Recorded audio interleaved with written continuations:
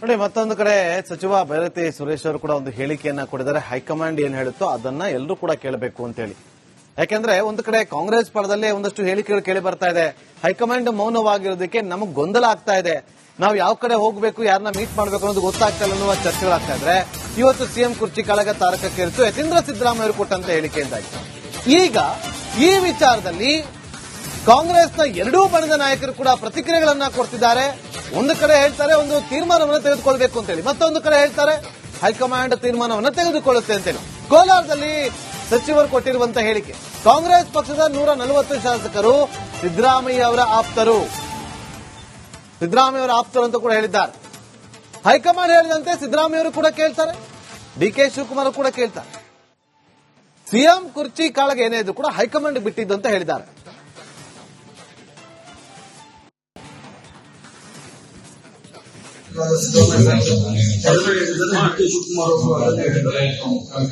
High command high command ತೀರ್ಮಾನ ಮಾಡ್ತದೆ. Shivakumar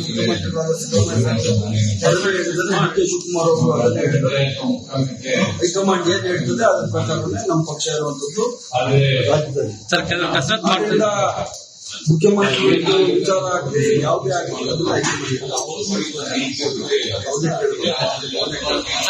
sir, ಕೆಲವರು ಕಸರತ್ ಮಾಡ್ತಾ ಇದ್ದಾರೆ. ಅದಕ್ಕೆ ಹೈಕಮಾಂಡ್ ಸ್ವಲ್ಪ ಕಳಿಸ್ಕೊಂಡು ಹೇಳಿದ್ರು ಸರ್. ಕೆಲವರು ಕಸರತ್ ಮಾಡ್ತಾ ಇದ್ದಾರೆ ಸಿಎಂ ಪೋಸ್ಟ್ಗಾಗಿ.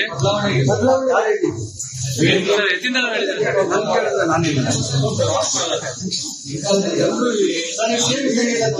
ಕಾಂಗ್ರೆಸ್ ಪಕ್ಷದ 140 ಜನ ನೋಡಿ, ಮತ್ತೊಂದು ಕಡೆ ಸಚಿವ ಭೈರತಿ ಸುರೇಶ್ ಅವರು ಕೂಡ ಒಂದು ಹೇಳಿಕೆಯನ್ನ ಕೊಟ್ಟಿದ್ದಾರೆ. ಹೈಕಮಾಂಡ್ ಏನ್ ಹೇಳುತ್ತೋ ಅದನ್ನ ಎಲ್ಲರೂ ಕೂಡ ಕೇಳಬೇಕು ಅಂತ ಹೇಳಿ. ಯಾಕೆಂದ್ರೆ ಒಂದು ಕಡೆ ಕಾಂಗ್ರೆಸ್ ಪರದಲ್ಲೇ ಒಂದಷ್ಟು ಹೇಳಿಕೆಗಳು ಕೇಳಿ ಬರ್ತಾ ಇದೆ. ಹೈಕಮಾಂಡ್ ಮೌನವಾಗಿರೋದಕ್ಕೆ ನಮಗ್ ಗೊಂದಲ ಆಗ್ತಾ ಇದೆ. ನಾವು ಯಾವ ಕಡೆ ಹೋಗಬೇಕು, ಯಾರನ್ನ ಮೀಟ್ ಮಾಡಬೇಕು ಅನ್ನೋದು ಗೊತ್ತಾಗ್ತಾ ಇಲ್ಲ ಅನ್ನುವ ಚರ್ಚೆಗಳಾಗ್ತಾ ಇದ್ರೆ ಇವತ್ತು ಸಿಎಂ ಕುರ್ಚಿ ಕಾಳಗ ತಾರಕಕ್ಕೇರಿತು ಯತೀಂದ್ರ ಸಿದ್ದರಾಮಯ್ಯ ಅವರು ಕೊಟ್ಟಂತ ಹೇಳಿಕೆಯಿಂದಾಗಿ. ಈಗ ಈ ವಿಚಾರದಲ್ಲಿ ಕಾಂಗ್ರೆಸ್ನ ಎರಡೂ ಬಣದ ನಾಯಕರು ಕೂಡ ಪ್ರತಿಕ್ರಿಯೆಗಳನ್ನ ಕೊಡ್ತಿದ್ದಾರೆ. ಒಂದು ಕಡೆ ಹೇಳ್ತಾರೆ ಒಂದು ತೀರ್ಮಾನವನ್ನು ತೆಗೆದುಕೊಳ್ಬೇಕು ಅಂತೇಳಿ, ಮತ್ತೊಂದು ಕಡೆ ಹೇಳ್ತಾರೆ ಹೈಕಮಾಂಡ್ ತೀರ್ಮಾನವನ್ನು ತೆಗೆದುಕೊಳ್ಳುತ್ತೆ ಅಂತೇಳಿ. ಕೋಲಾರದಲ್ಲಿ ಸಚಿವರು ಕೊಟ್ಟಿರುವಂತಹ ಹೇಳಿಕೆ, ಕಾಂಗ್ರೆಸ್ ಪಕ್ಷದ 140 ಶಾಸಕರು ಸಿದ್ದರಾಮಯ್ಯ ಅವರ ಆಪ್ತರು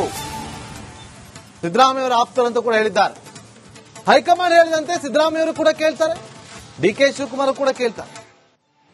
ಸಿಎಂ ಕುರ್ಚಿ ಕಾಳಗ ಏನೇ ಇದ್ರು ಕೂಡ ಹೈಕಮಾಂಡ್ ಬಿಟ್ಟಿದ್ದು ಅಂತ ಹೇಳಿದ್ದಾರೆ.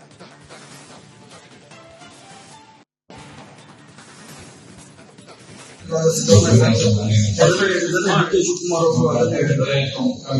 ಹೈಕಮಾಂಡ್ ಹೈಕಮಾಂಡ್ ತೀರ್ಮಾನ ಮಾಡ್ತದೆ. ಶಿವಕುಮಾರ್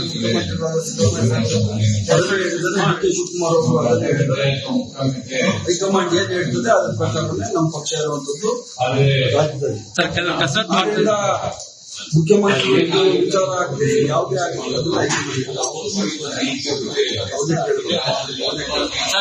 ಸರ್, ಕೆಲವರು ಕಸರತ್ ಮಾಡ್ತಾ ಇದ್ದಾರೆ. ಅದಕ್ಕೆ ಹೈಕಮಾಂಡ್ ಸ್ವಲ್ಪ ಕಳಿಸ್ಕೊಂಡು ಹೇಳಿದ್ರು ಸರ್. ಕೆಲವರು ಕಸರತ್ ಮಾಡ್ತಾ ಇದ್ದಾರೆ ಸಿಎಂ ಪೋಸ್ಟ್ಗಾಗಿ. ಎತ್ತಿಂದ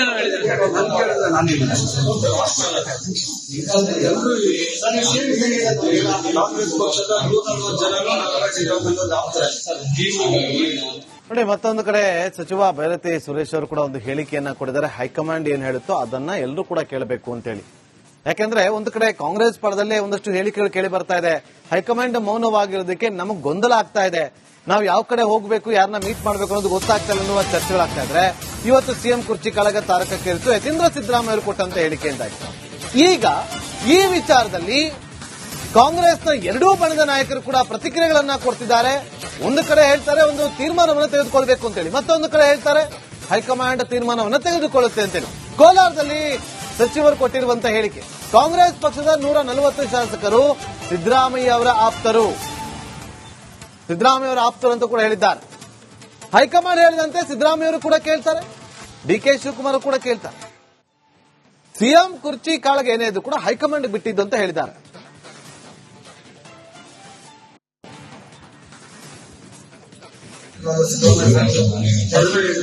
ಶಿವಕುಮಾರ್ ಹೈಕಮಾಂಡ್ ಹೈಕಮಾಂಡ್ ತೀರ್ಮಾನ ಮಾಡ್ತದೆ. ಶಿವಕುಮಾರ್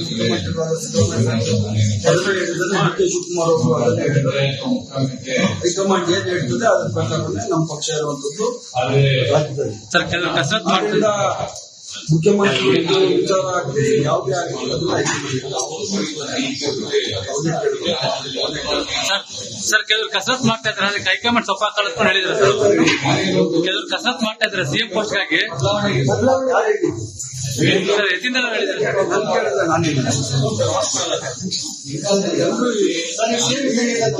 ಕಾಂಗ್ರೆಸ್ ಪಕ್ಷದ 140 ಜನ ಆಗ್ತಾರೆ.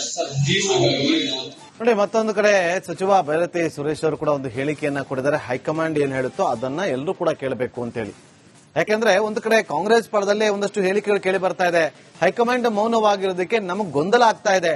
ನಾವು ಯಾವ ಕಡೆ ಹೋಗಬೇಕು, ಯಾರನ್ನ ಮೀಟ್ ಮಾಡಬೇಕು ಅನ್ನೋದು ಗೊತ್ತಾಗ್ತಾ ಇಲ್ಲ ಅನ್ನುವ ಚರ್ಚೆಗಳಾಗ್ತಾ ಇದ್ರೆ ಇವತ್ತು ಸಿಎಂ ಕುರ್ಚಿ ಕೆಳಗೆ ತಾರಕಕ್ಕೇರಿತು ಯತೀಂದ್ರ ಸಿದ್ದರಾಮಯ್ಯ ಅವರು ಕೊಟ್ಟಂತ ಹೇಳಿಕೆಯಿಂದಾಗಿ ಈಗ ಈ ವಿಚಾರದಲ್ಲಿ ಕಾಂಗ್ರೆಸ್ನ ಎರಡೂ ಬಣದ ನಾಯಕರು ಕೂಡ ಪ್ರತಿಕ್ರಿಯೆಗಳನ್ನ ಕೊಡ್ತಿದ್ದಾರೆ.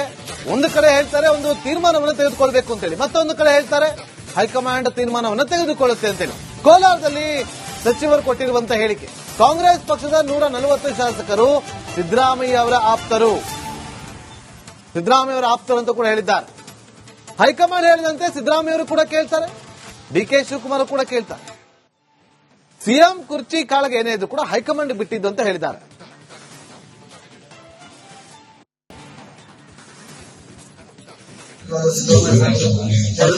ಡಿಕೆ ಶಿವಕುಮಾರ್ ಅವರು ಹೈಕಮಾಂಡ್ ಹೈಕಮಾಂಡ್ ತೀರ್ಮಾನ ಮಾಡ್ತದೆ. ಡಿಕೆ ಶಿವಕುಮಾರ್ ಅವರು ಹೈಕಮಾಂಡ್ ಏನ್ ಹೇಳ್ತದೆ ಅದ್ರ ಪ್ರಕಾರ ನಮ್ಮ ಪಕ್ಷ ಇರುವಂತದ್ದು ಸರ್ ಕೆಲವರು ಕಸರತ್ ಮಾಡ್ತಿದ್ದಾರೆ ಮುಖ್ಯಮಂತ್ರಿ ವಿಚಾರ ಆಗಲಿ ಯಾವುದೇ ಆಗಲಿ ಅದನ್ನ ಸರ್ ಕೆಲವರು ಕಸರತ್ ಮಾಡ್ತಾ ಇದ್ದಾರೆ ಅದಕ್ಕೆ ಹೈಕಮಾಂಡ್ ಸೊಪ್ಪ ಕಳಿಸ್ಕೊಂಡು ಹೇಳಿದ್ರು ಸರ್ ಕೆಲವರು ಕಸರತ್ ಮಾಡ್ತಾ ಇದ್ದಾರೆ ಸಿಎಂ ಪೋಸ್ಟ್ಗಾಗಿ ಸರ್ ಎತ್ತಿಂದಲೂ ಹೇಳಿದ್ದಾರೆ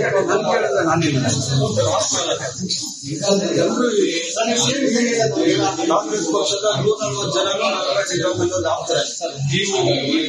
ನೋಡಿ, ಮತ್ತೊಂದು ಕಡೆ ಸಚಿವ ಭೈರತಿ ಸುರೇಶ್ ಅವರು ಕೂಡ ಒಂದು ಹೇಳಿಕೆಯನ್ನ ಕೊಟ್ಟಿದ್ದಾರೆ. ಹೈಕಮಾಂಡ್ ಏನ್ ಹೇಳುತ್ತೋ ಅದನ್ನ ಎಲ್ಲರೂ ಕೂಡ ಕೇಳಬೇಕು ಅಂತ ಹೇಳಿ. ಯಾಕೆಂದ್ರೆ ಒಂದು ಕಡೆ ಕಾಂಗ್ರೆಸ್ ಪರದಲ್ಲೇ ಒಂದಷ್ಟು ಹೇಳಿಕೆಗಳು ಕೇಳಿ ಬರ್ತಾ ಇದೆ. ಹೈಕಮಾಂಡ್ ಮೌನವಾಗಿರೋದಕ್ಕೆ ನಮಗ್ ಗೊಂದಲ ಆಗ್ತಾ ಇದೆ.